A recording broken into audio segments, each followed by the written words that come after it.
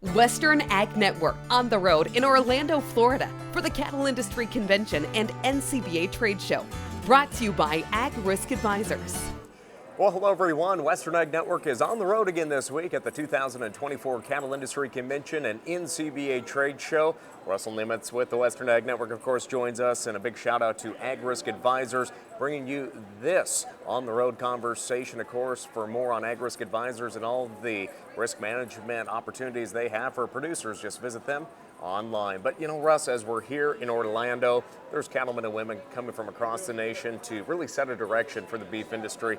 What's in store here this week? Well, I think that's what's really cool about this cattle industry and CattleCon 24 here in Florida is all these people from across America, you know, beef producing states, they come together with one common goal and mission in mind, and that's to learn, work on important policy, figure out ways to continue to promote, and of course, the important research and education that goes along with keeping this U.S. beef cattle industry sustainable into the future.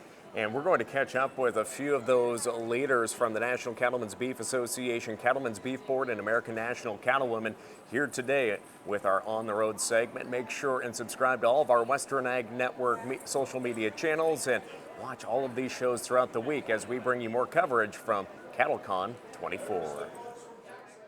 As we continue to have our conversations on the road this week from the Cattle Industry Convention and NCBA Trade Show in Orlando, we are catching up with Cheyenne, Wyoming's very own Mr. Mark Eisle.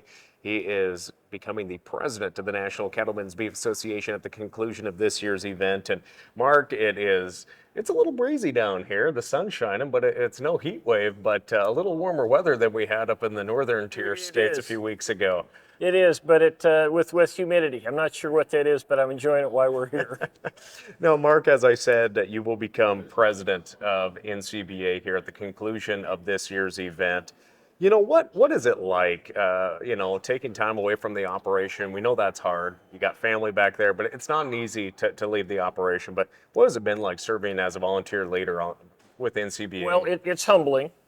And there is weight on the shoulders to help producers. I know because I was one of those producers who needed help, and between my local, my state, and the national organization, they pulled us through, made us better for it. I need to pay that debt forward. And when we look at that, there's a lot of producers out there right now that maybe need some help in some ways, whether that is making sure they have market access, looking at profitability a lot of the time, making sure that there's assistance when drought comes through or natural disaster. As a leader and as you become president of NCBA, you know, what are just some of the things you want cattlemen and women out in the countryside to know about what NCBA does, and better yet, what you as a fellow rancher do for them when they're out in the countryside? Well, as I'll go out and visit with folks, and we've already been in that process, find out what their problems are. Find out what they need for solutions, what they need help with. See if they've come up with some solutions. Maybe there's something we can wrangle up and help others do that. Obviously, there's several things out there. You know, sometimes it'd be easier if people asked me what we weren't working on as to what we are working on. There's several things. Obviously, we're concerned with taxes. The tax laws change here in the next year or so. Producers had better be ready for that. The estate tax level, the death tax level will be considerably different. We want to make sure we don't lose some of the depreciation and ability to write off those expenses. That expensing is a huge issue for our producers, and it's good for the economy if we can keep those things moving forward. Obviously, the Farm Bill is there, and there's a multitude of things within the Farm Bill. We've got all the risk protection. We've got disaster relief. Those things are built in. We want to make sure we keep a livestock title, a GIPSA rule out, because it's actually non-productive and is duplicative of government agencies. Government agencies, of course, is another concern just unto itself. We've got huge overreach, overregulation on our public lands. Of course, we're concerned with the BLM 30 by 30 rule. That has implications for private land. So we want to make sure so we want to keep those agencies in check. Work by the rule of law and the letter of the law. Don't try to weasel away or thread a needle with regulation. Waters of the U.S. is a good example of that. We've got several other things that are going on. Of course, we've got product of the U.S., cell-cultured meat. We want to make sure that consumers are educated and understand what they're really looking at. If consumers want a good product, that they know what they're getting. We still have concerns. It hasn't been fully explored. Consumers deserve that, and producers need to know what they're up against. So electronic logs and transportation, the ability to move cattle from place to place in a timely and humane manner. And let's talk about ESA.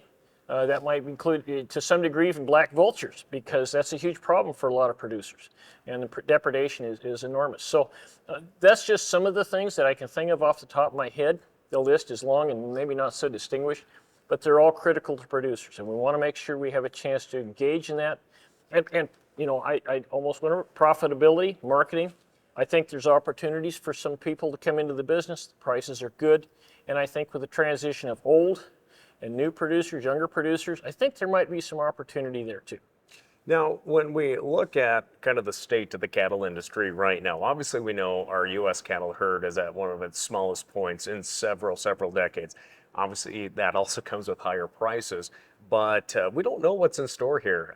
We really didn't have weather in Montana or Wyoming. We had that cold snap, a little bit of snow. I know folks are really concerned about moisture and how they maybe will try to rebuild that herd. But on that front, what are some things that just the work that NCBA does out in Washington, D.C. to make sure that when times of disaster or issues like that pop up, that producers have a say in what's going on and how resources are available for them to stay in business when natural disaster impacts them? Certainly, there's several things. First of all, NCBA absolutely is the best voice in DC. We're credible, we're relied upon, we provide numbers and science, we try to stay away from the emotional side of those issues. And then we work with the agencies, we have a voice in those agencies. This is all grassroots, this is all driven from the bottom up. Producers have a say in our policies. Our job is to carry those policies forward and make them useful for our people. So our voice in Washington, and their strength in numbers, which is why membership is important, why membership should go forward and try to grow, is because it unveils those opportunities to our producers. So that's just off the top of my head. Now, my last question, what are you looking forward to most as you become president? What are some of the things you look forward to do on behalf of the industry? Oh, several things. First of all, getting out and meeting folks, seeing what they've done well, seeing what they need help with. I always enjoyed that. It always made me a better producer, and when we can tell those stories like through our environmental stewardship program and some of those things, I think it's invaluable. And as people get to read about it, sometimes you don't have to invent the wheel, you just have to learn how to use it.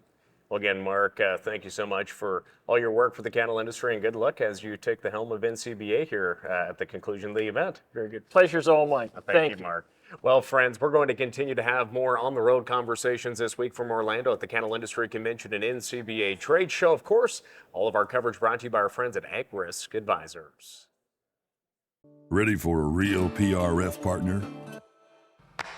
He was willing to track us for a year and provide that data back to us for a year. That's a guy making a pretty big investment. At Ag Risk Advisors, this isn't our first rodeo. We are one of the most experienced in pasture rangeland forage. Honesty, commitment, trust. Many companies use these words. At Ag Risk Advisors, we earn them.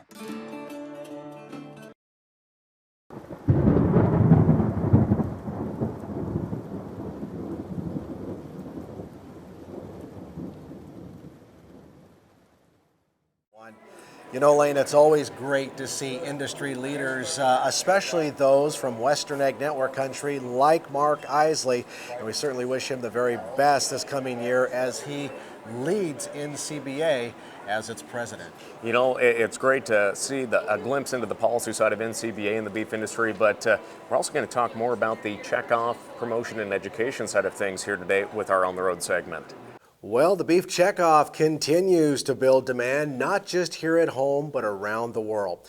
And here in Orlando, Florida at CattleCon 24, one of the groups meeting to make sure it does exactly that into the future is the Cattlemen's Beef Board. And joining us is the incoming CBB chair, Andy Bishop, a Kentucky cattleman. And Andy, I think bottom line is when we look at the return on investment that the $1 per head beef checkoff is providing, it's still a pretty good deal for cattle producers across America. Absolutely, Russell, and thanks for the opportunity to be on with you today. And we talk about that return on investment. How many times on your operation can you spend $1 and get an $11.91 return on your investment? Not very often. And so we think we're doing great stewards of the money that we're dealt with to promote beef and do a good job of promoting that.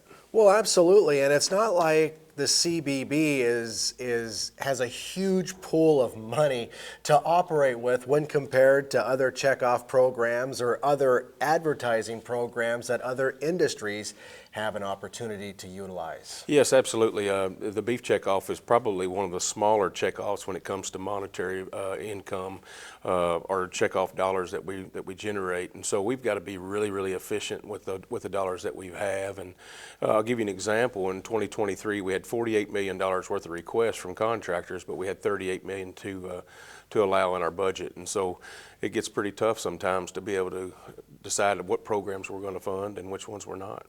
You know, as we look at some of those programs and those funding requests that come in, the members of the Cattlemen's Beef Board, the ones that are selected from across America and appointed by USDA, including those from right here in Western Ag Network country, I mean, you guys really do take a hard look at those requests. You scrutinize them even more and make sure that the ones that you select have the best opportunity to do exactly that, and that's build demand for beef. Absolutely, and committee members from all over the country have the opportunity to see those authorization requests from contractors and give feedback for those, constructive feedback, but also to score those and rank those for the operating committee, who then will ultimately decide how those dollars are allocated. And that process is extremely important. It gives contractors an idea of what the committee members want to see. They're producers just like you and I, and so they're bringing up ideas from their states and giving feedback to these contractors, and I think that's important in the process, and for folks to understand that these are cow-calf producers, they're stocker backgrounders, they're feeders just like we are, and they're giving feedback on how we spend those checkoff dollars. Well, I think it's also important to relay to the investors out there that just like anything, I mean, sometimes something might not go all the way to the top or might not meet everyone's expectation out of the chute in year one. And you guys take a look at that. You don't look at it as a negative thing. You look at it as an opportunity. Okay, what can we learn from? Absolutely.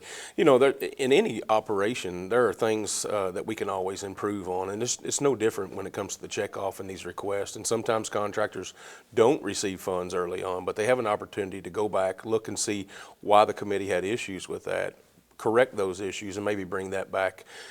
Ultimately, at the end of the day, it's going to be a better proposal when it comes back around the next time. And so just like what we do in our operation, it gives us an opportunity to kind of self-reflect and look at what went well and what didn't, and how can we become a better steward.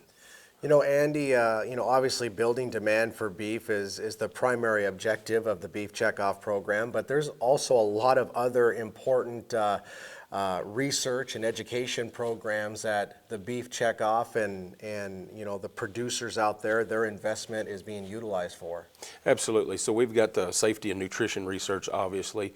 Sustainability is a new topic that we often discuss, and you hear the consumer want to talk about a recurring theme with sustainability, and so we're doing new sustainability research and promotion as well. When you talk about the education side of things, I think about a contractor, American Farm Bureau, for example, and what they're doing to educate science teachers across America with a beef-based curriculum. And so getting a message out to a student at the middle school and high school level that is beef-centric helps develop those tendencies and those buying tendencies for them as a consumer later on in life. Well, and exactly, and given all the headlines here of late regarding cell-cultured meat out there and these different meat alternatives out there, how important is it to reach that consumer, that future consumer, at these young ages, grade school level? Well, I think it's essential. You know, I've got 4 children myself, and so they come home and talk about things that they learn at school and that the teachers tell them, and some of that is basically misconceptions that the teacher doesn't know any better. And so I think it's important for us to get that message out there early on in life, teach them the correct message, and start that early on, and then continue to foster that message and that education as they go throughout the system.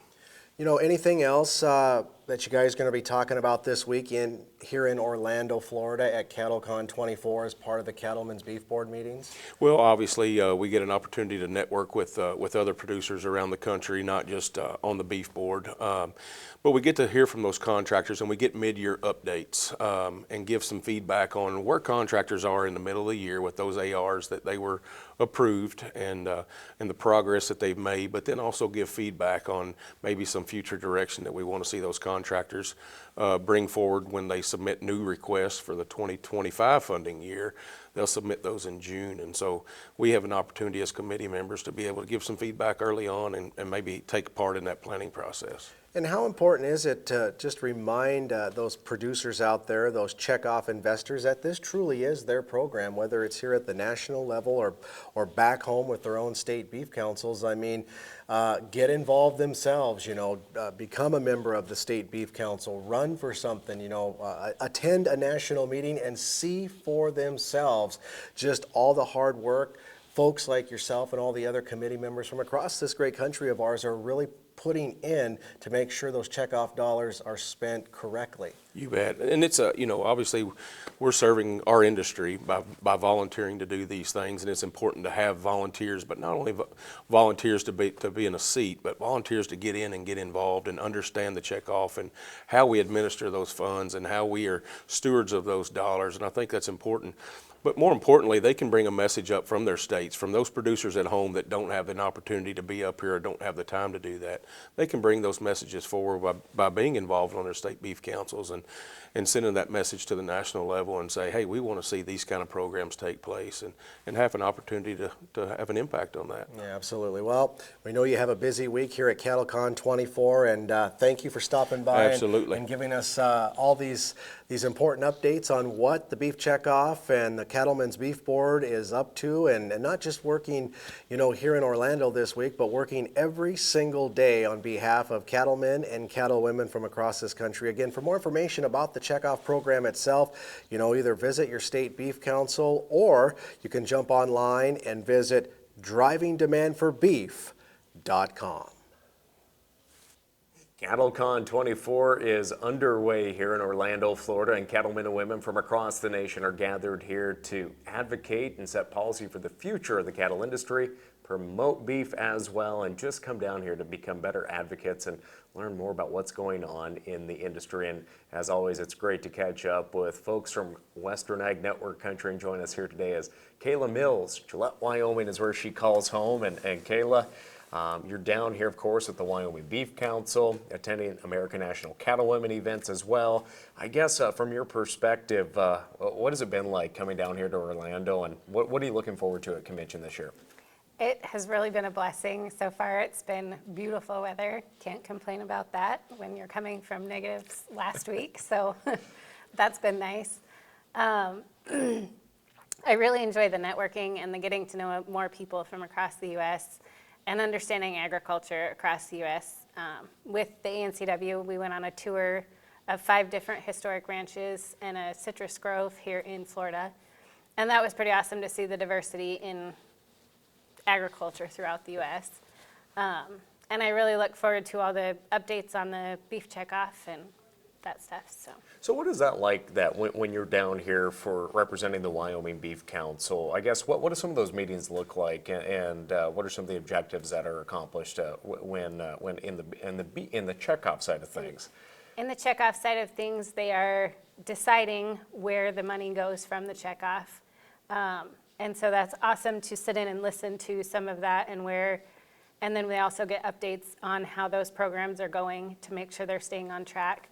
So that's a very beneficial thing to me being on the state level, to see how it works on the national level and how they are organizing that. And then also just giving updates on what they see the future of the checkoff doing so. And of course, the NCBA trade show, it's really something to take in. Yes. I guess, what is your favorite part of, business aside, when you get to go to the trade show? What are some of those things that just make you, this is just amazing? It's amazing how many people and booths there are for industry-related topics. Like, all the new technology and stuff is amazing. Also, plug to my kids at home, my youngest, he wants squishy cows from the convention, so I have to. Those are the greatest thing ever. They're so much cheaper than the plastic cows that are 10, 15 bucks a piece. Yes, they are. Believe me, and you get the squishy stress cows. It's Yes. It makes that home operation there on the carpet grow pretty fast. Absolutely. Now, also, just like everyone in agriculture, we're down here to learn, we're down here to advocate, but talk more about you and your husband's operation up there in Gillette. So we run a commercial cow-calf operation. We also own a fencing company, so we try and keep it in agriculture. We don't do any of the town fence. It's just ranch fence. But it's really a family operation that we run. The kids are always involved, whether they enjoy it or not. They still have to help. And we've grown. We started actually 9 years ago, just the two of us, because neither family ranch was big enough. So we went out on our own and found a place and just plan to keep growing, and would love to have that be our full-time job eventually. That's As all retirement, of our, maybe. That's all of our goals, right? Right. But for all of our audience members, they've been hearing that Ag Risk Advisors sponsors our coverage from this year's event, and you're a part of the Ag Risk Advisors team as well. I guess, what is it like to be in production agriculture, to be in the construction end as well with your fencing operation? But I guess, what is it like to work with a team that truly is there to help producers stay in business? It's been a blessing, honestly. That's the reason I got into the insurance business. I don't want to abuse my body and work forever in physical labor doing fencing. So this was a job that I could do that could help other producers, because there's not a lot of programs out there for ranchers. And to me, that's the only way to do it, is to be able to do something that I love and still be a part of the industry and help people survive, because there are years that the pasture, rangeland, and forage, or the LRP, are the only ways that they have survived. Now, you mentioned PRF. Obviously, that deadline is passed for the 2024 enrollment, but livestock risk protection, LRP, that's something that producers, they can buy that risk management tool at any time. Could you just briefly share more about what LRP is? And because there's a lot of producers out there that don't know it's really an option. Exactly. That I didn't know what it was 3 or 4 years ago. It is a market protection, so it is in essence a subsidized put on your cattle. It protects on the downside, but you can see all the upside you want. So if you see the upside, you pay your premium. But if the market falls out, you're going to end up getting paid your indemnity up to your contract price. And that helps a lot of producers, because we've all been through 2015, and with prices soaring so high, people are seeing and wanting to protect that risk. And to me, it is one of the better options for them. Well, that's just one of the many tools that Ag Risk Advisors has for producers. And Yes.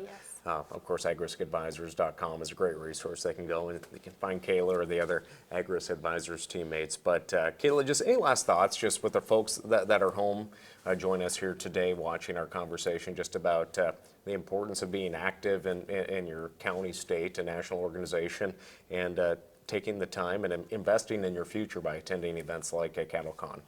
If we're not at the table, then we're going to be on the plate. And to me, that's important, that we need our industry to survive. And the way we do that is by advocating. So to be involved is one of the best ways to do that. You know, Lane, as this On the Road feature comes to a close, it's been great to share just some of the stories that we've been able to capture in Orlando this week, and it's just a glimpse, really, of what we still have in store. That's right. We haven't even seen the trade show yet. That's one of the most impressive things here. All the education, all the stakeholders that are a part of the NCBA trade show. And one thing about it, there's always beef. I mean, we may have the ginormous burger here behind us, but of course, we're going to eat a lot of beef this week, see a lot of folks, and of course, we're going to to be sharing more of these on-the-road conversations throughout the week here at the 2024 Cattle Industry Convention and NCBA Trade Show. On behalf of Russell Nimitz and the entire Western Ag Network crew, I'm Lee Nordlund. We'll catch you next time. Western Ag Network on the road in Orlando, Florida for the Cattle Industry Convention and NCBA Trade Show. Brought to you by Ag Risk Advisors.